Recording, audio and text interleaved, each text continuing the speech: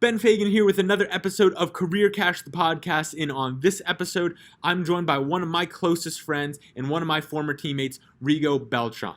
Rigo is now the acquisition specialist at Peak Real Estate, and in our conversation, we talk about how he went about expanding his comfort zone and seeking a career that made him do that, how to sell in a genuine way by understanding your why and the why of the people around you, and why it's so important to learn from industries that aren't your own. It's an awesome conversation. Let's get to it.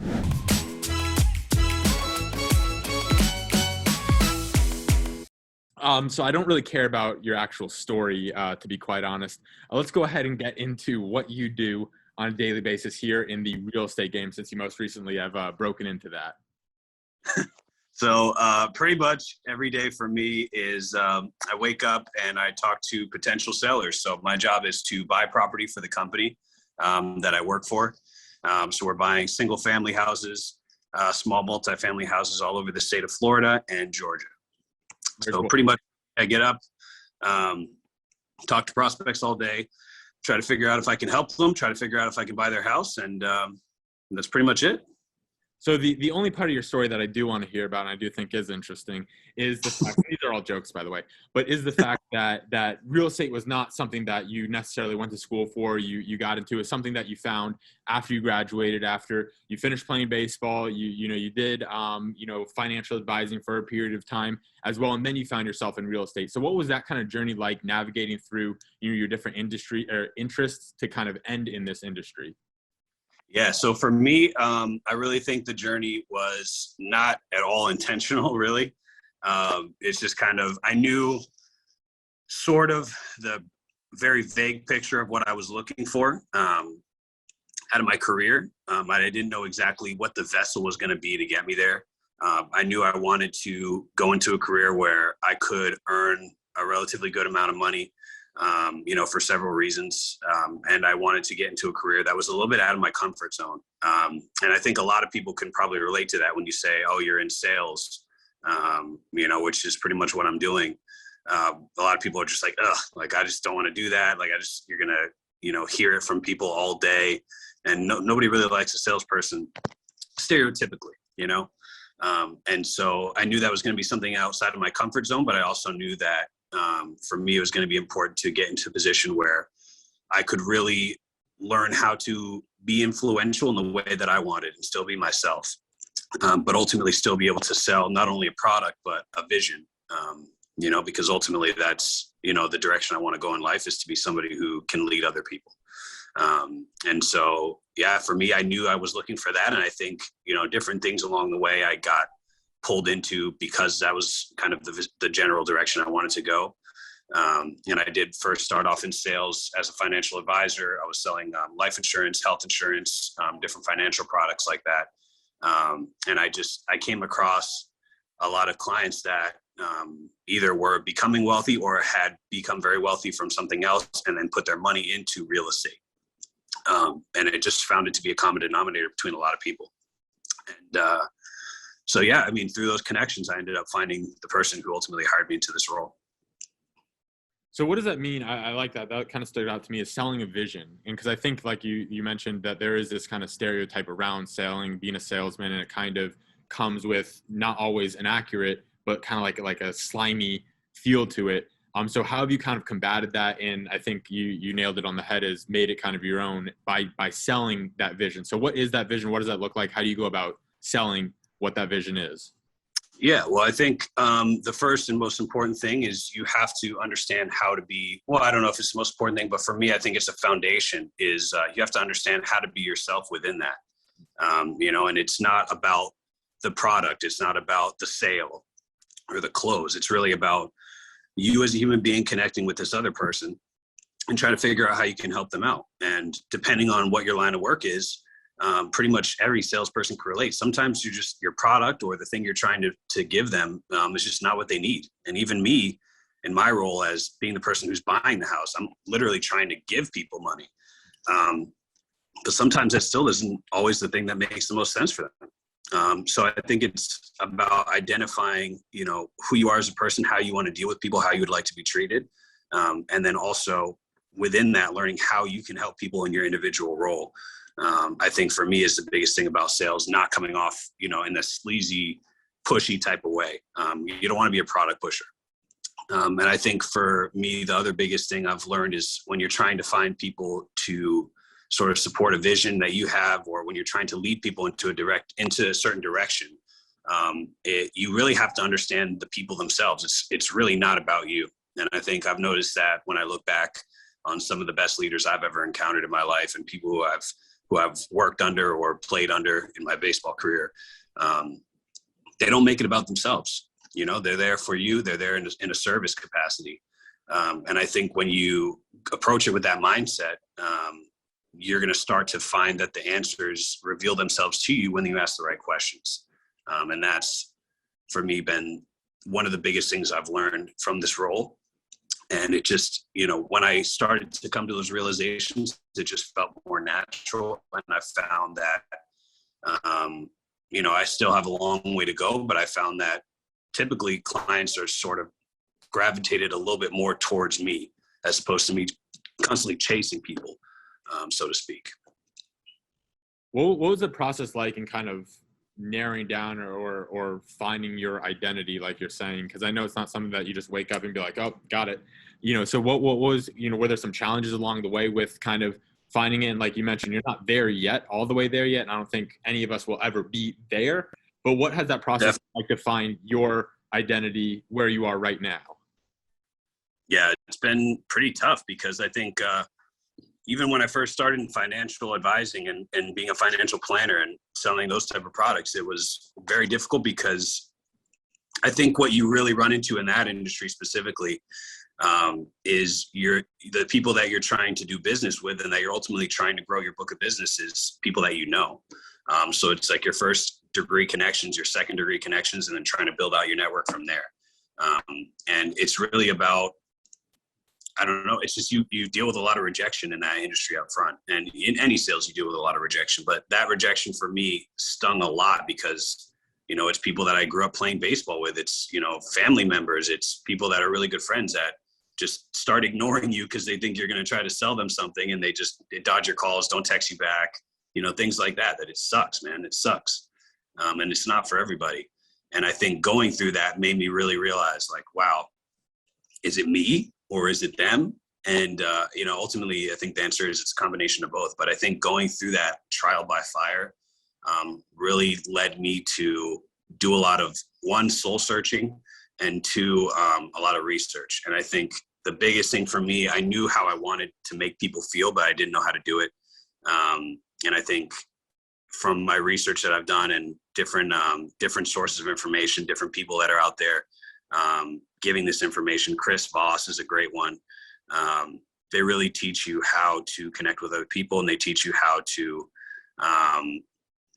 allow for you to be yourself in that setting, and really just learn to influence people in the way that it just made sense. There's certain things that you pick up that people say that it just clicks with you. And so, I mean, for everybody, it's different. So I'm hesitant to say, like, this is exactly how I am myself, because I'm not the same person as everybody else. But I think one is from soul searching, and then going out there and finding other people who are leaders in that industry. For me, it's sales, that are doing what you want to do. And you're going to start hearing different pieces of advice, different pieces of guidance that you're going to connect with. And then you need to go and implement that. And so for the people who care at home, me and you keep in regular touch. And in one of our prior conversations, you shared something that I thought was really cool. Is I think you sent me a video or something along the lines of that, where it was this concept of learning from different industries and going out and picking and choosing, from things. And you kind of alluded it to with, Chris Voss and talking to different people. But what is that whole strategy about? How can you, if you're in sales or in real estate, how are you going into, hospitality and learning something? How are you taking something away from baseball or the stuff you did with, the financial advising kind of stuff? How do you go about taking things from different industries, especially when that industry doesn't seem to have any like surface level connection to what you're doing? Yeah, absolutely. And I think it's a big thing for me. The biggest carryover has been just in the sense of in business and in sports and different things like that, you're still dealing with people. And I definitely think that's been one of the blessings in my life, has been being able to be in so many different rooms with so many different types of people. between my background in sports, between obviously being a business major and then ultimately going into business, working with Mr. Hildebrand up there on the third floor with the Social Impact Lab was another great experience. And it's a totally different world from anything I had seen before. And just, I really felt like I found my people up there. But yeah, I think when you get into those sort of echo chambers or like people that all think like you start to all end up coming up with the same types of solutions, the same ideas. And I think when you get out of that, you realize, holy cow, and I think some of the biggest innovations in the world we've seen have been people who brought talents from a completely different industry. And it's like a way of thinking that people in that world had been doing forever. And it's just like, oh my God, this is so applicable to real estate, for example, or to whatever it is that I'm doing. And I think that for me has just been foundational in carrying those things over from one industry to another. Baseball is a great example of teamwork. And I think working together, leadership, those types of capacity or those types of skills, teamwork, leadership, things like that are things that everybody, it's an easy example, right? Everybody can say, oh my gosh, well, of course, you're on a sports team, you learn how to work with other people. And you sort of take that for granted. But when you get into business, a lot of times you're going to be doing group projects. They're going to not just be you in charge of a project, but it's going to be several people. And you need to learn how to get your points across. You need to learn how to listen to other people.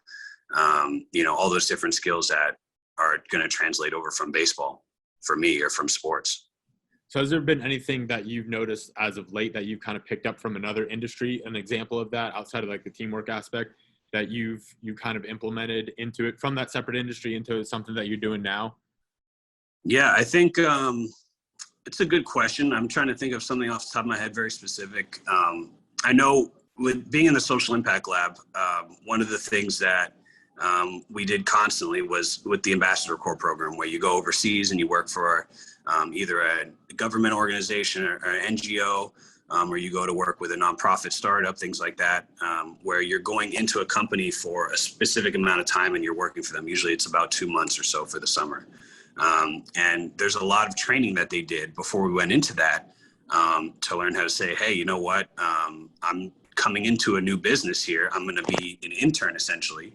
And, young people in college, a lot of people, especially the ones who are ultimately selected for Ambassador Corps, very ambitious people that have a lot of opinions and thoughts and ideas. And we can get really excited to jump into that company and say, this is everything that, I think we're doing wrong as a company. And this is all my ideas of how to fix it. And we're just going to take this to the moon. And then you realize you've only been there for 3 days. People don't necessarily know your name yet, and they don't know really anything about you. And so you have to learn how to sort of integrate yourself into somebody else's world. And I think that's a very, very important skill.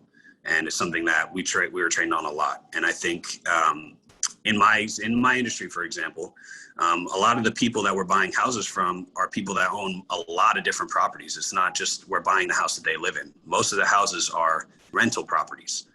So these people don't live there. They rent it out to somebody else. And a lot of those people have a bunch of those properties, maybe 10 or 15 or 20.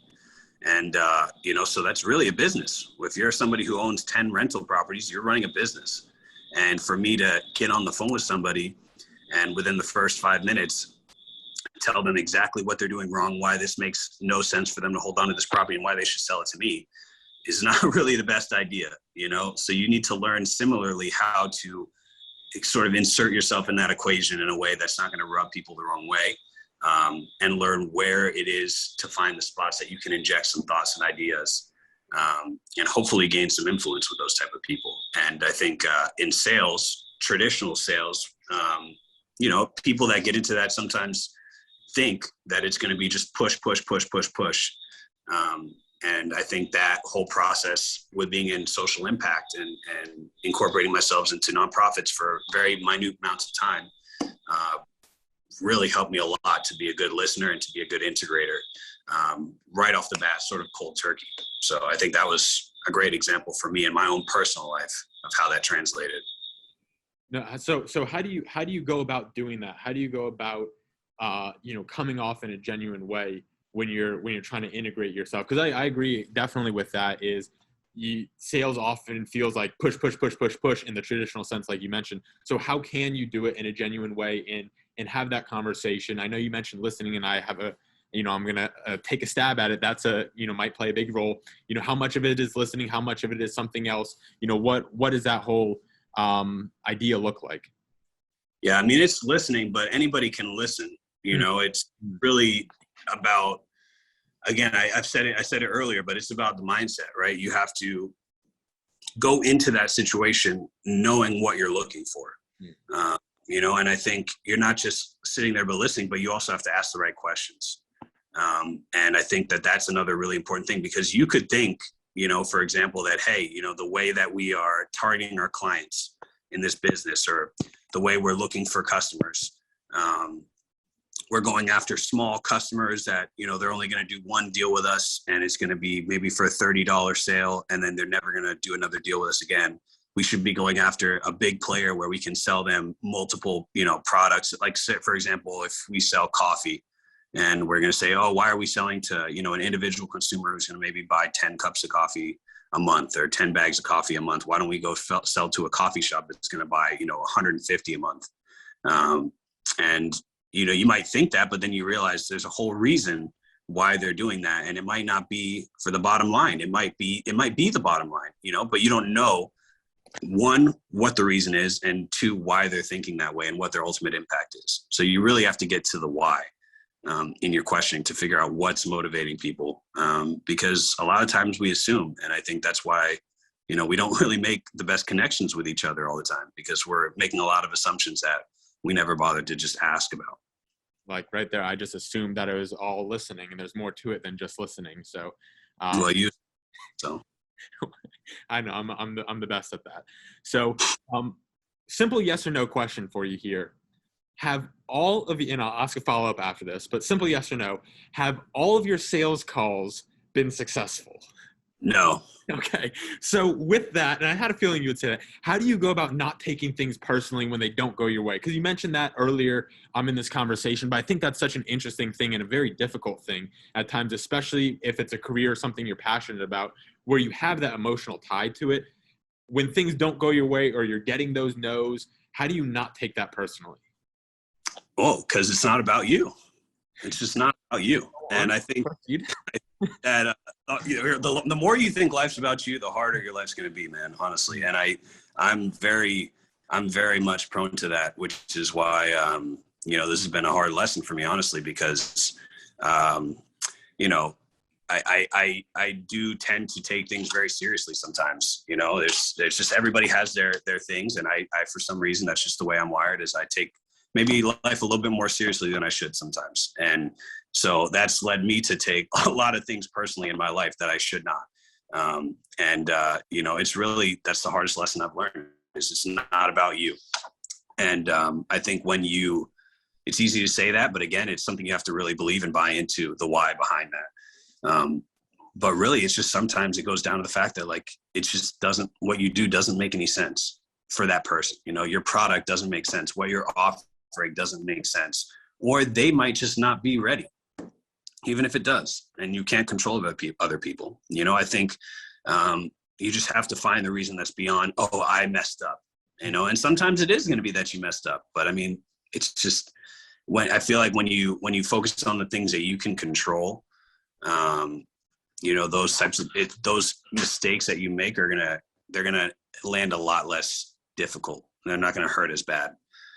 Because you're going to realize, like, a lot of these things are things I can't control, and here's the one thing I could have done. Maybe that could have changed something, but ultimately, you have to identify in our process. We go through there's an acronym for it, but basically we have three main criteria that we're looking for in a client, right? And those are the first three questions. I'm going to get on the phone. I'm going to say, hey, this is Rigo. So and so told me you're looking to possibly sell your house. What's got you thinking about selling it? Question number one, is it occupied? Is it vacant? Question number two, what type of shape is it in? And if they tell me, like, oh no, I live here, my house is in great shape. I don't really plan on moving anywhere anytime soon. And, I just put a ton of money into it. Well, for me, in the business that we're in, which is buying houses that might need a little bit of work and fixing them up. And, people are trying to get this property sold right away. It's probably not going to be my fault that this doesn't work out. Because there's things that I can't control. And it's just, you're talking to the wrong person. You're trying to chase, you're trying to chase the wrong rabbit, I guess. So you have to understand what you can influence and what you can't. Oh, I like that too. And I think kind of going off that point a little bit in terms or in times where you may feel like, oh man, I bombed that call or I dropped that or, anything like that. I think it's so important. This is stuff that we've talked about in the past, is being able to forgive yourself and allowing yourself to say, hey, that happens. It sucks. It hurts. And then just making that concerted effort to say, I forgive myself, learning from it, making the adjustments and moving on. So I think that's, an incredible piece. And so now we are getting to that point of the show where I always say, this is one of my favorites, the bittersweet moment. It's time to cash out. And this is where you, my friend, leave us with the most valuable tip, as if you haven't left us with a ton of valuable tips already. The most valuable tip that you have to leave the people with a little bit of money for the road as we cash out. So what do you have for us today? Jeez, man. Well, this is what happens. Just as a background, Ben wants to make sure that every conversation is completely unplanned and unscripted. And also to continue to add. And so I have no idea. to continue to add to this background, because I think this is very important, this is episode 14. And for the past 13 episodes, I have given people warning of this question to be asked. That's the only question that I give warning to. And it had crossed my mind to make sure that I tell you this, and for some reason it slipped through the cracks, and that is completely on me. But you're a man who is very talented with thinking on his feet, and so I want you to take it away. Give us your best. The people are eager to hear it. Your best piece of advice for the road. So my best piece of advice, and what I would really start with anybody ultimately, is you have to figure out what you want. And I think I think the target audience that we're going to be talking to here are people that are getting a little bit older in terms of maybe juniors or seniors in college. They're going to start to be thinking about the next steps in their lives. And it's kind of tough to know what you're going to do next and what's the perfect job that I should be looking for, all that stuff to get me from 0 to 100 as fast as possible. Just get me where I want to go. And sometimes people don't even know where they want to go. But I really think that for me, I knew the general idea, even if it's not the actual professional job that I wanted, the role I wanted, the title, the industry, I knew what I wanted my life to sort of look like. And I think a lot of people have a general idea about that. They may not have everything totally, planned out, but you have a general vague idea like, hey, you know what? Maybe like making a lot of money is important to me. Maybe it's not. Maybe having a family is really important to me. Maybe it's not yet. Things like that. And I think just even knowing those vague things can really start to help you at least narrow down the list of potential options that are going to, even if it's not right away going to check all the boxes, at least give you some sort of path towards that, or some sort of opportunity to learn how to work your way towards that. So for me, an easy example is I knew I wanted to, learn how to influence people. I wanted to learn how to be influential, how to be able to lead people to a certain vision, persuade people to understand that vision. And 2, I knew I wanted to be able to make some sort of decent salary. And so I went into everything I've looked for as a sales job. I haven't earned a single regular paycheck, in my career. It's straight 100% commission. And a lot of people would say, absolutely not, no way, and they're probably smart for saying that, but it is what it is, man. And I think just having that vague idea and just going out and pursuing it, even if it's not going to be maybe the dream job right away, which I know, for me, it wasn't the first thing I did. And who knows where I'll end up. I think don't put so much pressure on knowing the nitty gritty details of your actual career, but just know what type of life you want and then go out there and try to create it. And it's going to take time and patience. So don't get discouraged if, your first job is not what you envision yourself doing. And when you're 45, 50 years old from now at the peak of your career. And also the last thing that I'll add to that is don't hang around friends that will leave you out to dry like I did here. But Rigo, you did an absolutely amazing job as expected with that. A lot of valuable pieces of advices throughout, and good little chunk of change for the road in that cashing out segment. So as always, I appreciate you coming on. Always great talking with you, and look forward to watching you crush it in all of your endeavors. So thank you, my friend. Thank you, sir. Same to you.